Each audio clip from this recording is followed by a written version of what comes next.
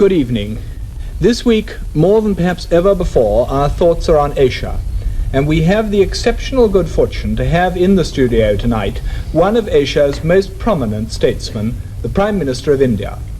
Mr. Nehru, I am extremely grateful to you for coming here, and I speak on behalf of us here and on behalf of the wider public who are watching us. I'm particularly grateful as I believe this is your very first appearance on television. Yes, this is the first time I am facing this ordeal. In fact, I know very little about television, except what I've heard about it. Well, I would like to introduce to you, if I may, the people who are, I hope, going to make this not such a bad ordeal after all.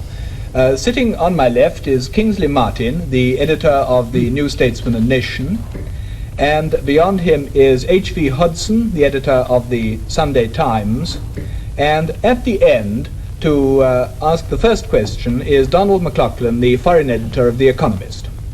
Prime Minister, when you return to India, people will be asking you what you thought of the coronation.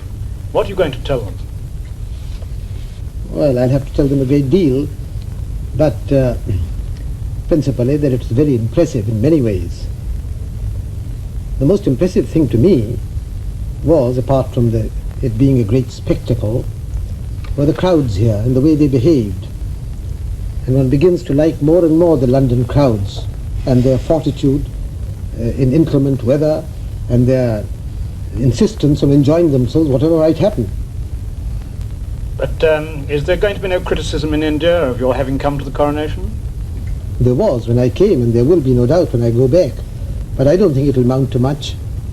Mr. Nehru, we all understand very well indeed why India decided to be a republic within the Commonwealth. What I think is a remarkable thing is why there is so little resentment in India towards the British in view of our past history. It seems to us that India is a most wonderfully magnanimous country.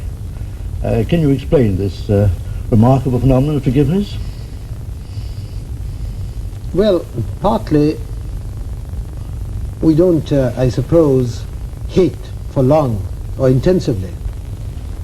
But chiefly, I think, because the background that Mr. Gandhi gave us during all these past decades. After all, you were in prison yourself 16 years, and you don't seem to have any resentment about it at all. We might almost be popular people in India. It's an astonishing thing, really. I think it's a good thing for a person to go to prison for a short while. And to be Prime Minister for 7 years. I was going to ask, looking back on those 7 years and remembering all the hopes that were expressed at the time when India gained her independence, do you feel that they have been years of satisfactory achievement, or have you disappointments, Prime Minister? Both.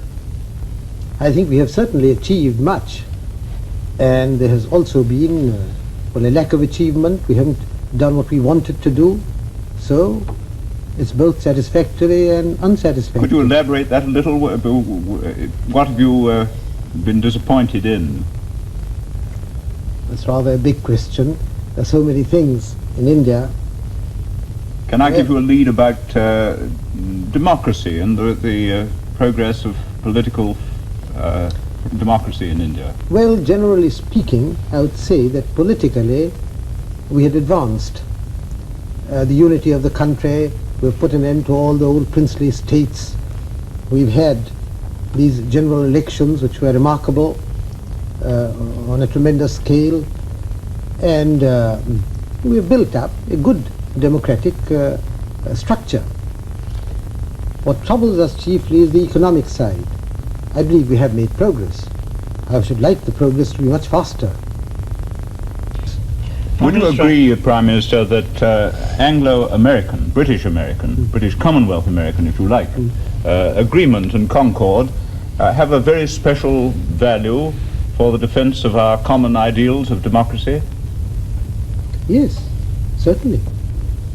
And that to aim for that has a value of its own, and that it may require sometimes some compromises from our side with policies that we don't see 100% eye to eye with on the other side of the Atlantic. But Mr. Hodson, politicians are always compromising. They have to.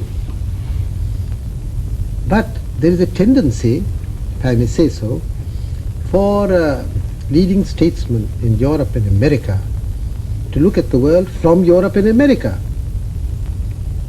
Well, if we look at the same world with the same principles from, let us say, Delhi or some place or Karachi, well, the world looks slightly different. Geography counts. Take the question of China. China is a distant country to most people in Europe and America. China is a country having a 2,000-mile frontier with India.